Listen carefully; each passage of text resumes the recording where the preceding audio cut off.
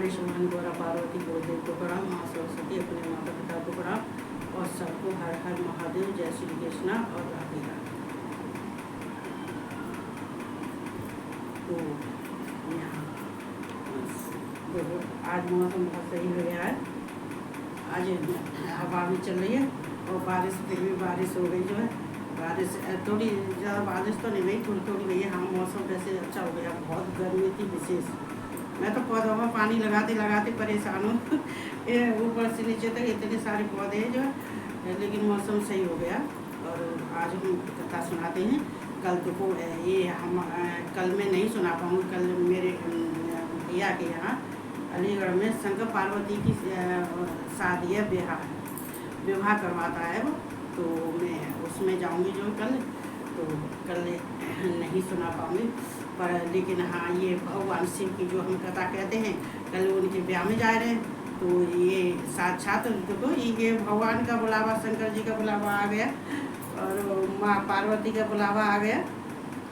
तो देखो ये कार्य करवाते रहना चाहिए हमेशा। देखो ये देखना चाहिए कि हम लोग जब हम संसार में आने के बाद हम भगवान के संपर्क में रहते हैं, तो हमारे अंदर जो है जो कुछ भी हमारे ऊपर संकट है या हमारे जो कुछ भी बेचैनी है या कोई कार्य नहीं बनता है, तो या मन अशांत है, तो भगवान का कुछ न कुछ करवाते रहना चाहिए।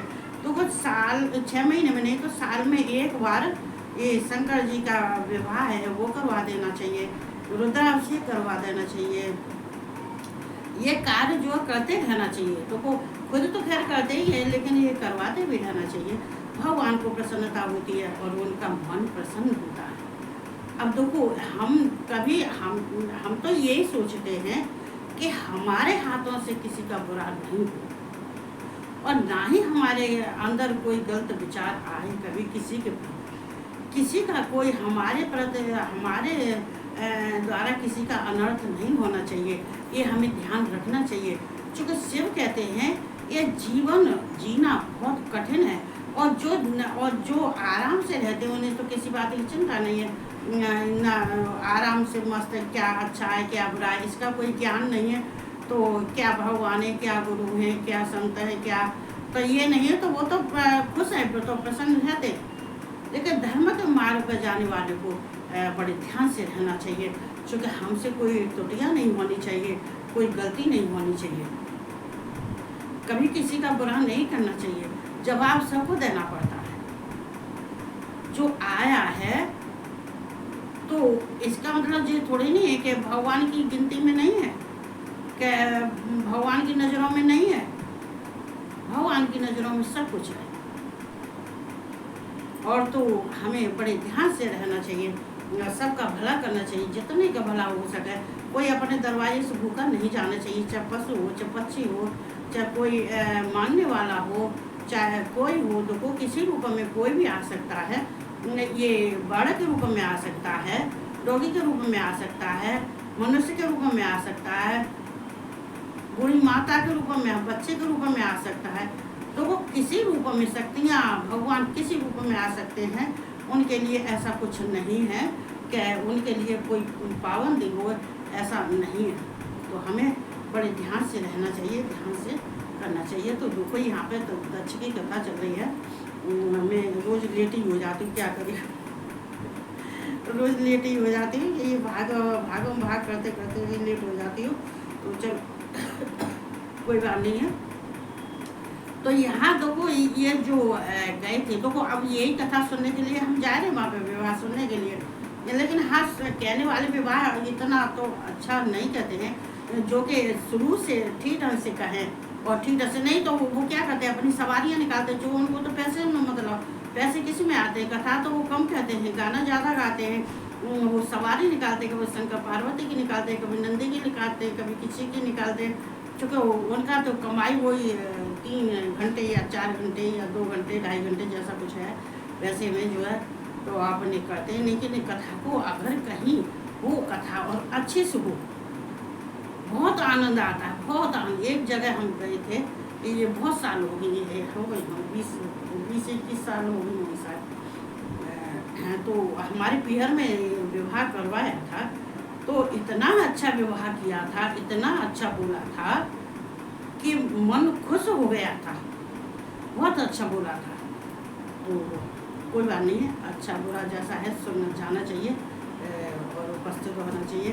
तो यहाँ जो दक्ष जब वीरभद्र रहते का दक्ष के यहाँ गए थे, और दक्ष के यहाँ जाने के बाद में उन्होंने यज्ञ का विध्वंस कर दिया, सारे देवता अंग भंग कर दिए, सारे ऋषि मुनि अंग भंग कर दिए, और ये सदा स्वाहा और ये दक्षिणा जो यज्ञ की बीवी थी उनका भी जो है तो उनकी भी सबकी दुर्दशा कर दी जो उन्होंने।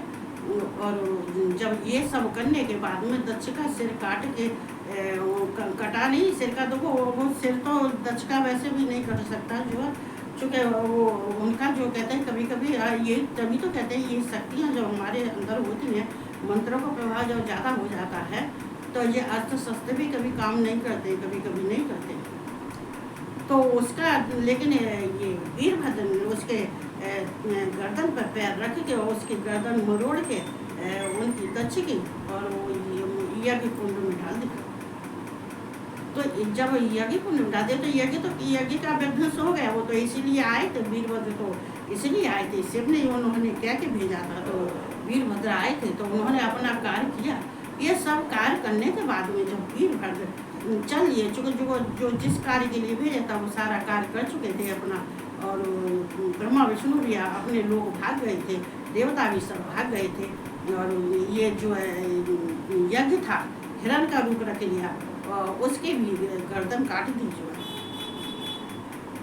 तो देख के भगवान शिव ने देखा था कि वीरभद्र आए हुए, तो भगवान शिव मन ही मन बहुत मुस्कुराए, हंसने लगे, कहने लगे कि वीरभद्र अपना कार्य कर आए। जब भगवान शिव हंसने लगे थे, फिर वीरभद्र से पूछा था वीरभद्र ये सब कुछ हो गया क्या? हाँ सब कर आए। लेकिन वीरभद्र की जब बातें सुनी थी भगवान शिव ने, सारी बात वीरभद्र ने सब कुछ उनको बताया। बताने के बाद में भगवान शिव ने ये जो गढ़ हैं उनके गणाध्यक्ष बना दिए, सबके अधिपति बना दिए, और उनको जो है तभी तो कहते हैं कि वीरभद्र, ये वीरभद्र की जो पूजा करते हैं देखो यहाँ पे जो है भैरव की पूजा और वीरभद्र की और नागकन्या अशोक सुंदरी, और ये जो है इनकी पूजा करने से, या पहले कहते हैं कि हम वीरभद्र की और भैरव की और नागकन्या, इन तीनों की जो है और नंदी, इनकी जो पूजा करनी चाहिए, जो प्रथम इनको मानना चाहिए, क्योंकि ये भगवान शिव कहते हैं इनको पद दिया है भगवान शिव ने। ये देखो नंदी को धर्मराज का पद दिया है, क्यों? अगर भगवान शिव सत्य है तो सत्य के संग धर्म रहता है, तो नंदी को धर्म का उन्होंने पद दिया है। भैरव को उनके कहते हैं ये उज्जैन के राजा बनाए हुए हैं, काशी के राजा बनाए हुए हैं, कोतवाल हैं, ये सबको दंड देने के अधिकारी। ये कहते हैं कि अगर जो अच्छे कर्म करता है उसको फल देने का अधिकार भगवान शिव ने भैरव को दिया है, कोतवाल बनाया है, काशी का कोतवाल बनाया है, उज्जैन का भी कोतवाल बनाया है। तो देखो, और तो यहाँ ये सब करने के बाद में तो यहाँ देखो अब ये ब्रह्मा कहते हैं जब चले गए थे तो उनके कहते गणों के अध्यक्ष बना दिए थे, गणों के अधिपति बना दिए थे। फिर उसके बाद में श्री विष्णु की पराजय में दधीच मुनि के शाप को कारण बताते हुए दधीच और शुभ के विवाद का इतिहास, मृत्युंजय मंत्र के अनुष्ठान से दधीच का अवध्यता तथा श्री हरि का क्षोभ को दधीच की पराजय के लिए यत्न करने का आश्वासन। अब देखो यहाँ पे कहते हैं, यहाँ सूत जी और यहाँ सूत जी ऋषियों को बताते हैं।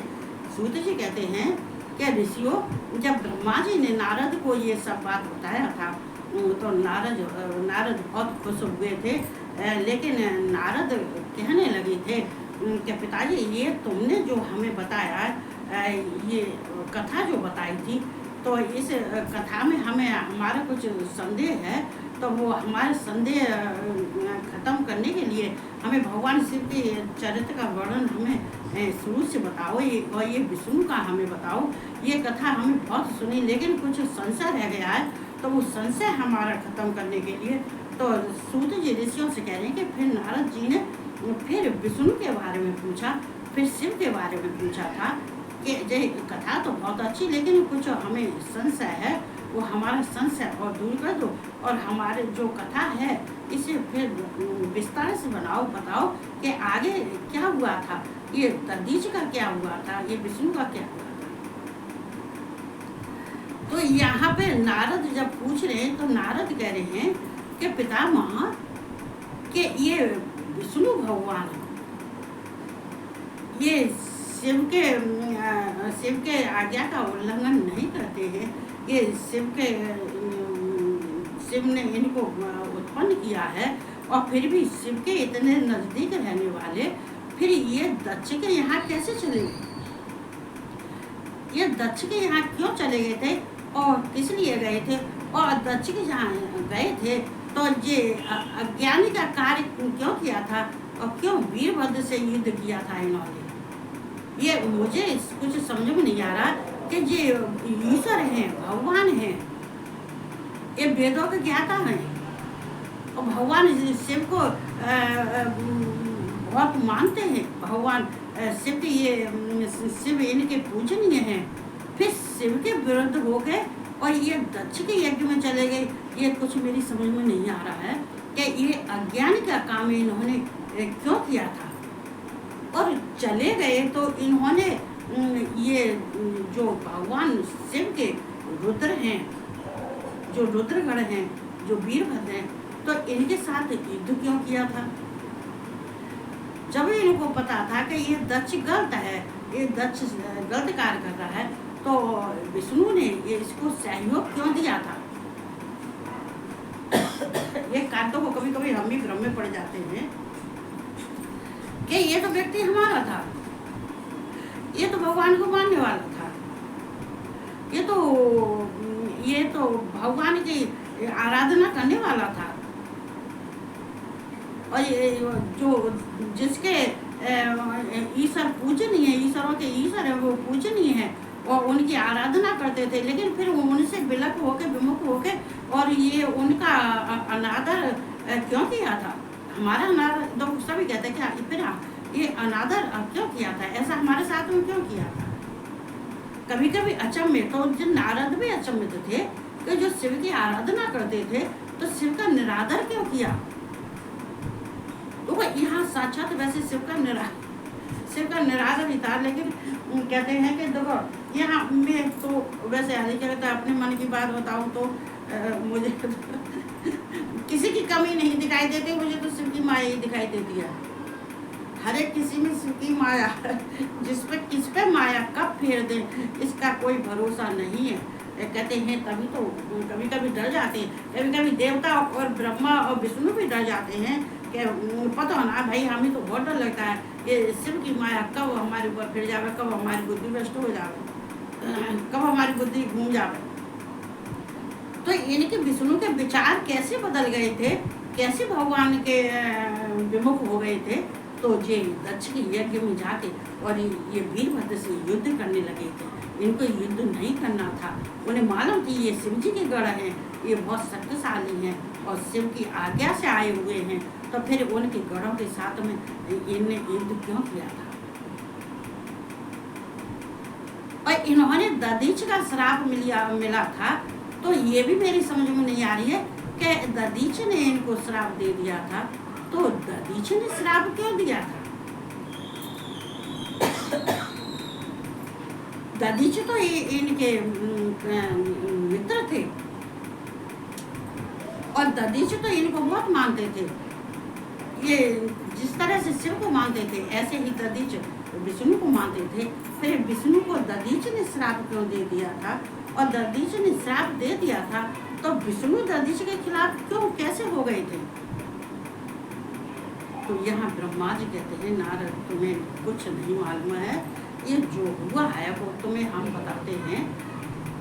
कि ये दधीच ने जो इनको विष्णु को श्राप दिया था, तो ये विष्णु को श्राप देने का कारण ये विष्णु को भी नहीं पता था, चूँकि विष्णु भूल गए थे, विष्णु को ध्यान नहीं था, इसलिए विष्णु दक्ष के यज्ञ में चले गए थे और दधीच का श्राप मिला था।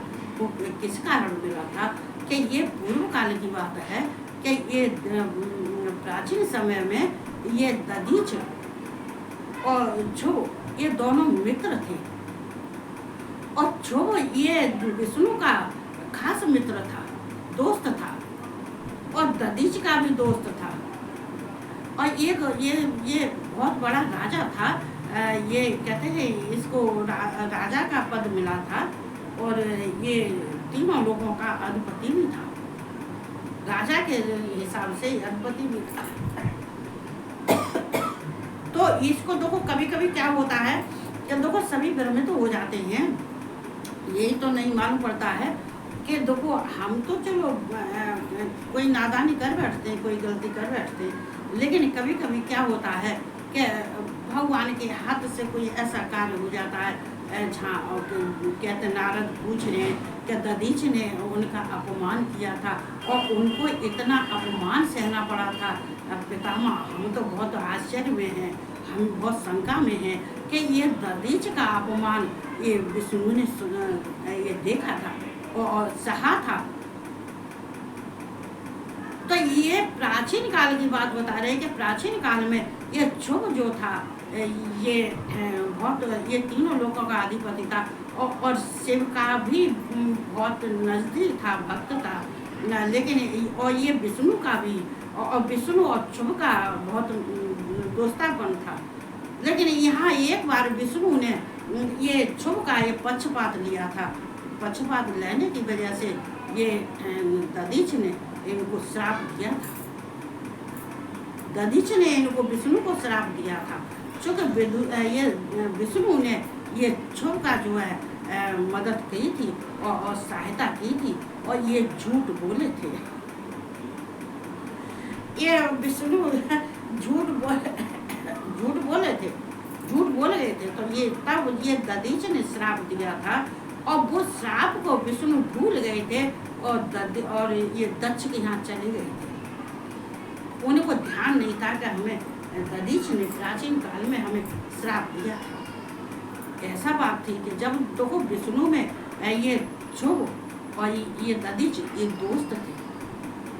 दधीच एक राजा था, इन तीनों लोगों का राजा था, अधिपति था।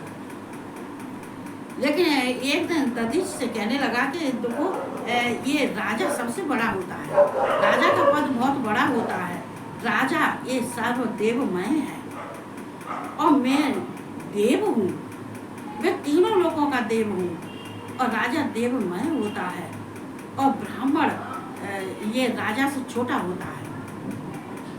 लेकिन दधीच ने उसको समझाया था कि राजा छोटा होता है, ब्राह्मण ऊंचा होता है, क्योंकि जो वैश्य और क्षत्रिय और शूद्र ये तीन हैं, ये तीनों से बड़ा कौन है? ये तीनों से बड़ा ये जो है ये ब्राह्मण है। ये जो चार वर्ण हैं, चार वर्णों में सबसे ऊंचा स्थान ब्राह्मण का होता है। राजा तो सभी हो जाते हैं, जिसके पास धन होता है वो राजा हो जाता है, लेकिन ये पद के हिसाब से देखी जाए तो ब्राह्मण ऊंचा होता है। उन दोनों में इस तरह से बहस छिड़ने की वजह से ये क्या हुआ था कि ये जब चुप रहते का बहुत गुस्सा हो गया था, गुस्सा होने के बाद में और जब गुस्सा हो गया था, इधर दधीच भी बहुत क्रोध आ गया था, उनको भी क्रोध आ गया, क्योंकि जब बहस होने लगती है, दोस्त थे दोनों, देखें ये उन्होंने जब ये हो गया था एकदम दोनों में एकदम क्रोध फूट पड़ा, तो दधीच ने अपने बाएं हाथ का भूसा उनके सिर में मार दिया, छुप के शरीर में मार दिया। ये छुप देखो मैं था, मैं देखो आगे की कथा आएगी, इसको मैं जो भगवान ने जब सारे देवताओं को सारे राक्षसों को मारा था, खाली मैं ही रह गया था। तो ये छुप जो एक क्रोध में आके उसने ये दधीच को अपने हथियार से काट डाला। उसने अपने शस्त्र से और दधीच को काट डाला। जब काट डाला था तो उन्होंने दधीच ने एकदम भगवान शिव का स्मरण, शुक्राचार्य का स्मरण किया। शुक्राचार्य का जैसे स्मरण किया, ध्यान किया, उनको आह्वान किया, तुरंत शुक्राचार्य आए गए और जब उन्हें दधीच का शरीर जोड़ दिया। जब शरीर दधीच का जुड़ गया था, जुड़ने के बाद में फिर ये जो है ये कहने लगे, शुक्राचार्य समझाने लगे कि दधीच, ये तुम शिव के भक्त हो और तुम्हारे ऊपर तो शिव की बहुत बड़ी कृपा है। तुम्हें एक में महामंत्र देता हूँ, चूँकि आगे इनमें और युद्ध होगा, इसमें विष्णु भी आएंगे, ये विष्णु का भी होगा, विष्णु का भी युद्ध होगा इनसे। और विष्णु यहाँ पे आगे चल के जो कथा है उसमें थोड़ा सा विष्णु भी झूठ बोल जाएंगे, छुप की मतलब सहायता मदद करने के लिए। तो ये राजा, वैसे हालांकि राजा कहने लगा, ये कहने लगे, जो क्या कहते हैं, ये दधीच कहने लगे क्या राजा तो इंद्र भी है, तो क्या है इंद्र राजा है तो क्या वो अपने कहते हैं जितने उनके लोग हैं, लोकपाल हैं, तो क्या उसका कोई सम्मान करता है क्या? तो क्या राजा का उसको कोई राजा मानता है क्या? इंद्र का पद कभी भी बदल सकता है। बोला इन दोनों में ज्यादा ही बहस हो गई थी। तो यह शुक्राचार्य आए थे। शुक्राचार्य ने कही थी दधीच आगे फिर ये युद्ध होगा, आगे युद्ध फिर बढ़ेगा, इसलिए मैं तुम्हें एक महामंत्र देता हूँ। ये महामंत्र क्या होता है? तो ये जो भगवान शिव का जो महामंत्र है, तो वो जितने भी मंत्र हैं भगवान शिव के, ये प्रणव और ये पंचाक्षर मंत्र, ये तो है ही है। अगर आदमी पर कोई परेशानी आती है तो महामृत्युंजय का मंत्र, तो ये शुक्राचार्य ने उन्होंने कहा था कि मैं शिव की मैं उपासना करता हूँ, शिव का मैं ध्यान करता हूँ और शिव के महामृत्युंजय का मैं जाप करता हूँ, तो वो ही मैं तुम्हें, क्योंकि आज उन्हीं की जाप की वजह से मैं शक्तिशाली हूँ, मेरे पास सारी संजीवनी है, मैं मरे हुए को भी जिंदा करता हूँ। किससे? महामृत्युंजय के मंत्र से। उसका प्रभाव इतना गहरा होता है। तुम्हें मैं महामृत्युंजय का मंत्र तुम्हें का उपदेश दे रहा हूँ और मंत्र का तुम्हें ज्ञान प्राप्त करा रहा हूँ। तो उस महामृत्युंजय का मंत्र, और तुम बैठ के एकांत में बैठ के और भगवान शिव के महामृत्युंजय का मंत्र का उच्चारण करो, उसका ध्यान, उन मंत्र को पढ़ो और ध्यान करो। वो अगर तुम्हें एकांत में बैठ के महामृत्युंजय का मंत्र का ध्यान करोगे तो वो तुम्हारे सिद्ध हो जाएगा, और सिद्ध हो जाएगा तो ये छुप का तुम्हारे ऊपर कोई असर नहीं पड़ेगा, ना ही किसी प्रहार का असर पड़ेगा। चूंकि ये पहली बात तो शिव जो है, इसके जो है मंत्र के जो भगवान शिव का ये मंत्र है, ये महामृत्युंजय मंत्र, ये सब उपाधियों का, सब बीमारियों का, सब शत्रु नाश का, सबका जो जितने जो कुछ भी है, रोग दोग जो कुछ भी बीमारी है, धन संपत्ति जो कुछ भी है, खास तौर से ये शत्रु विनाशक है। और ये जो है ये अपने रोग के नाशक है और अपनी रक्षा करने वाला है। तो ये त्र्यंबक यजाम है, मैं देखो करना चाहिए। त्र्यंबक का मैं आराधना करता हूँ। त्र्यंबक कौन है? जो तीनों लोगों के पति हैं, जो तीनों लोगों के स्वामी हैं, उनको त्र्यंबक कहते हैं। जिनके अग्नि, सूर्य और चंद्रमा जो इनके महामंडलेश्वर हैं, इनके महामंडलेश्वर हैं, और सत रज तम इन तीनों के महेश्वर हैं। ये तीनों के महेश्वर हैं। ये मंत्र के अंदर जो क्या क्या आता है, मंत्र के अंदर देखो ये सब आते हैं। ये जो है ये भगवान शिव, ये आत्म तत्व, विद्या तत्व, जो आत्म तत्व है, विद्या तत्व है, और ये शिव तत्व है, ये शिव भगवान के अंदर विराजमान है। ये भगवान शिव आत्म तत्व है, विद्या तत्व है और शिव तत्व है। शिव के जो है जितने भी कहते हैं जितनी औषधियाँ हैं भगवान शिव के अंदर विराजमान है। ये ब्रह्मा विष्णु कहते हैं, ये ब्रह्मा विष्णु और ये रुद्र ये शिव के ही अवतार हैं। शिव ने ही प्रकट किया। इन तीनों का पालन करने वाले शिव ही हैं। इस तीनों के ये करता धरता शिव ही है। इनका पोषण करने वाले शिव ही हैं। जैसे कि फूलों को सुगंध पुष्प ये सुगंध तो ये है, ये जो फूलों में जैसे सुगंध होती है और तैसे ही ये शिव अपने में सबको जितने देवता हैं, जितने ये भूत हैं, जितने गण हैं, ब्रह्मा कह रहे हैं कि हम विष्णु रुद्र जितने भी हैं सबका पोषण करते हैं। ये प्रकृति से लेकर और जितने जो ये महत्व तक हैं उन सब के अधिपति ये शिव है। सबका पोषण करने वाले शिव हैं। जो महत्व के अंदर आते हैं ये बहुत बढ़िया हवा चल रही है। अब ये आज तो भाई कमाल हो गया, आज तो मौसम अच्छा हो गया जो। तो ये जब महामृत्युंजय के अंदर ये सब आता है, ये कहते हैं ये सत और ये सात जो हमारी इंद्रियां ये समस्त भूमंडल है और ये जितने समस्त ये जो है ये सारे जो उनके कृत्य हैं वो सब का पोषण इस शिव करते हैं।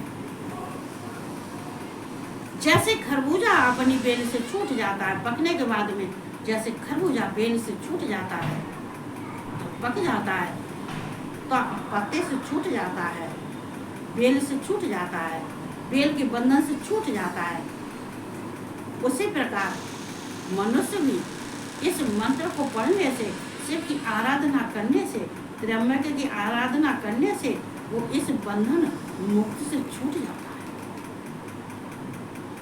जैसे ककड़ी अपने बेल से छूट जाती है पकने के बाद में, ककड़ी पकने के बाद में ये अपनी बेल से छूट जाती है, ऐसे ही ये महामृत्युंजय का मंत्र पढ़ने से, भगवान त्र्यंबक की आराधना करने से जो तीनों लोकों के स्वामी हैं, ईश्वर हैं, ईश्वरों के भी ईश्वर हैं, ये तो ये भी इनका करने से हम भी जो है ये संसार बंधन से मुक्त हो जाते हैं और हमें मोक्ष मिलता है।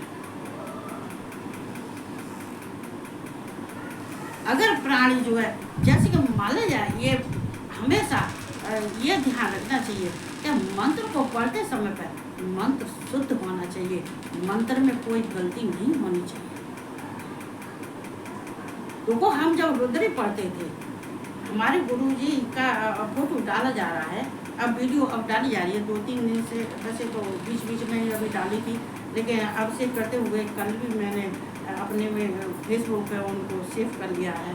मेरे पास फ़ोटो बहुत थे लेकिन वो मोबाइल खोने की वजह से नहीं ख़राब हो गया था, और दूसरा नया लिया तो वो ऐसा ख़राब हो गया, ख़राब होने के बाद वो सही नहीं हुआ। जब नया लिया तो फिर उसको उतारना मुश्किल हो गया, लेकिन गुरुजी संसार से चले गए। लेकिन फिर भी बराबर उनके फोटो आ रहे हैं, अवश्य के भी आ रहे हैं, वैसे भी आ रहे हैं, मैं अपने फेसबुक पर उन पर सेंड करती जाती हूँ। तो देखो ये क्या है, देखो हमारे गुरुजी ये पढ़ते थे, गुरुजी नहीं पढ़ते थे, गुरुजी तो बस एक थोड़ा सा आगे के लाइन पढ़ते थे, बाकी फिर पंडित पढ़ते थे, फिर दूसरा अध्याय होता तो गुरुजी हमारे आगे की लाइन थोड़ी सी पढ़ते थे, फिर पंडित पढ़ते थे।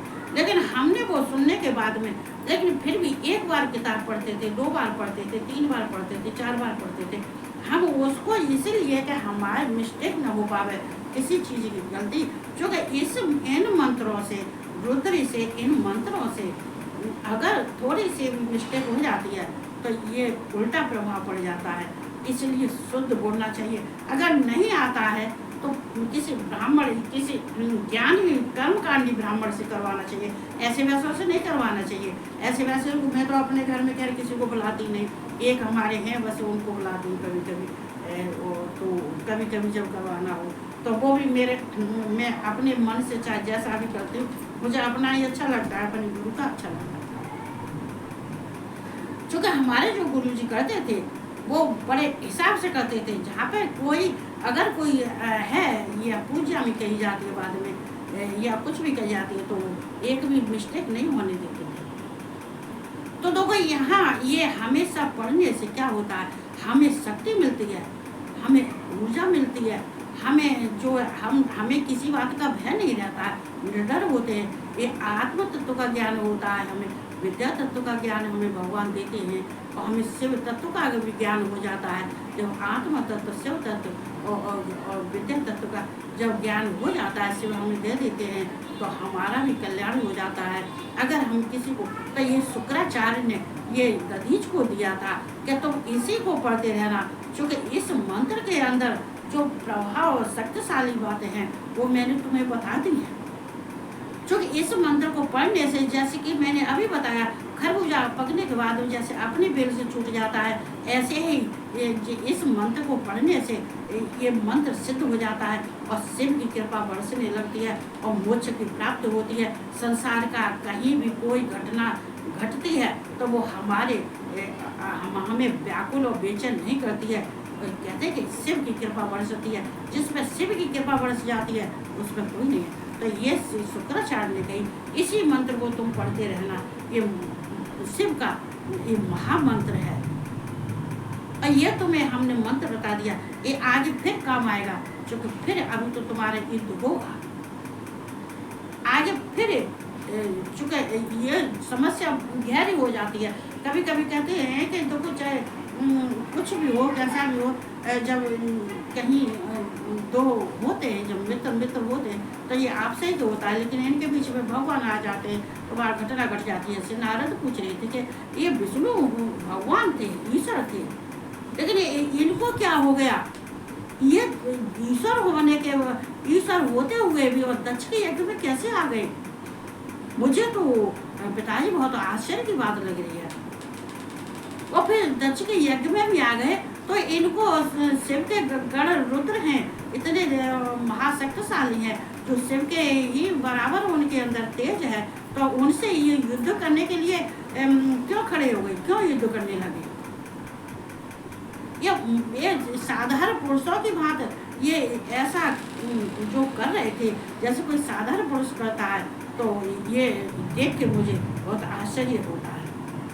तो उसका समाधान इस ब्रह्मा जी बताते हैं और आगे भी बताएंगे। तो यहाँ पे ये जो है दधीच थे, शुक्राचार्य से ये महामृत्युंजय का मंत्र लेके ये मंत्र जाप करने लगे। क्योंकि हमारे अंदर की जितनी भी बीमारियां होती हैं, ये मैं अपने अनुभव की बता रही हूँ, मैं ज़्यादा बात तो अपने बारे में नहीं करती, यहाँ पर मैं थोड़ा सा मैं बताती हूँ कि देखो, हमें भगवान शिव मुझे नहीं लगता, वो हमें लगता था, खैर जैसा कुछ है वैसे, लेकिन हमें तो दिखाई देता है ये शिव हमारे जन्म जन्म के थे और जन्म जन्म रहेंगे और जन्म जन्म जो इस जन्म का साथी है तो वो पिछले जन्म के भी होंगे। क्योंकि इस जब प्रारब्ध का हमारा किया हुआ इस जन्म में मिलता है, इस जन्म का किया हुआ हमें आगे मिलता है। शिव की जो हमें कृपा हमारे पर बरस रही है, माँ काली की जो कृपा बरस रही है, मैं उनको बहुत बहुत धन्यवाद देती हूँ, बहुत बहुत धन्यवाद देती हूँ। ये रिश्ता कुछ भी हो सकता है, ये भक्त और भगवान का रिश्ता हो सकता है, कुछ भी हो सकता है। तो भगवान शिव की कृपा जिसके ऊपर भगवान शिव की कृपा पड़ गई, तो ये तीन हैं, प्रणव, पंचाक्षर और महामृत्युंजय मंत्र। ये तीन अगर कोई आदमी साध ले, इसको आदमी हो या मतलब स्त्री हो, कोई भी हो सकता है, इनको किसी का कोई भगवान शिव कहते हैं। जैसे देखो ये भगवान शिव के ये कहा, ये जो अग्नि, जो सूर्य और चंद्र है, अग्नि है, ये जल और तेज है, ये पृथ्वी है। ये जो भगवान शिव जो के अंदर विराजमान, सब कुछ उनके अंदर विराजमान है और इनकी तुम्हें आवश्यकता होती है। इनमें से एक भी कोई ऐसी चीज नहीं है जिसके बिना तुम सब रह लो। अगर तुम उनकी कृपा बरसती है तो ये तुम्हें आसानी से इनके सुख और आनंद प्राप्त होते रहेंगे।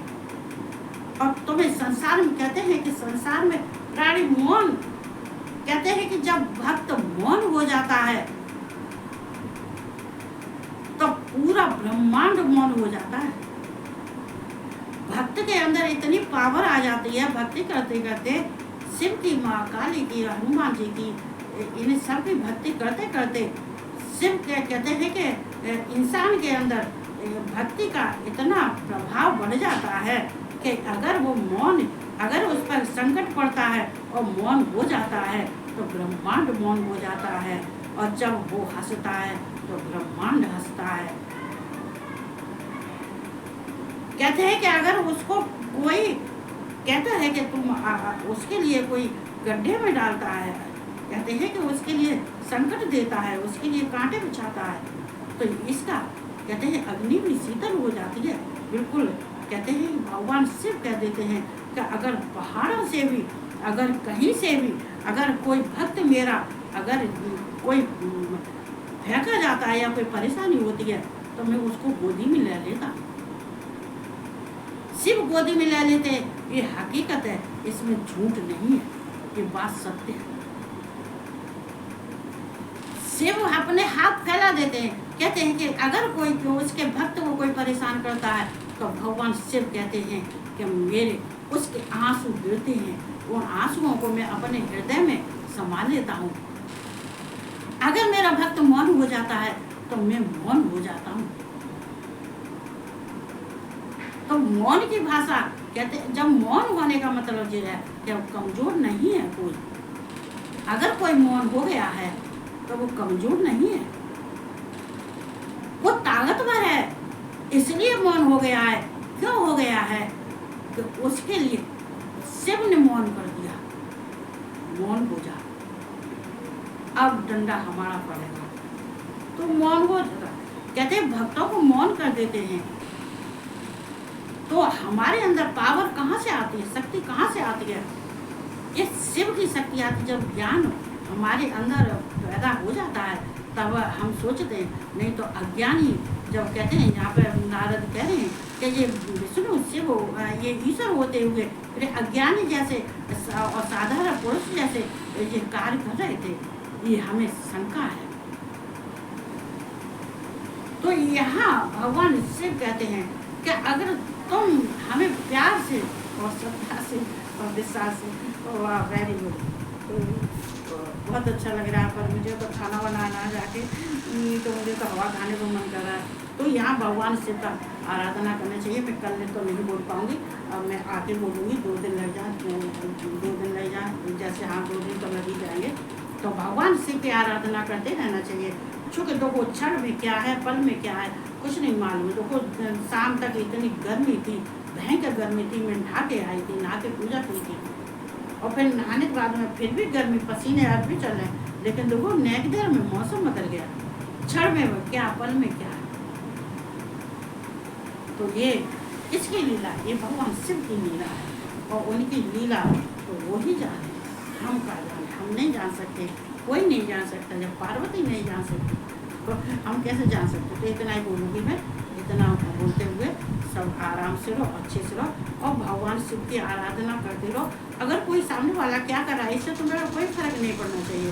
सामने वाला कैसा है, क्या है, क्या नहीं पड़ना चाहिए। वैसे कथा में आप दूसरी कहने को थी, लेकिन कथा आज मैंने शिव की सुना दी, और थी तो शिव की थी, लेकिन दूसरी कथा आज मैं कहने को थी। और चलो जो कथा भगवान शिव की कथा है, कोई से कह दो, कहीं से भी कह दो, इतनी कहते हुए सब आराम से रहो।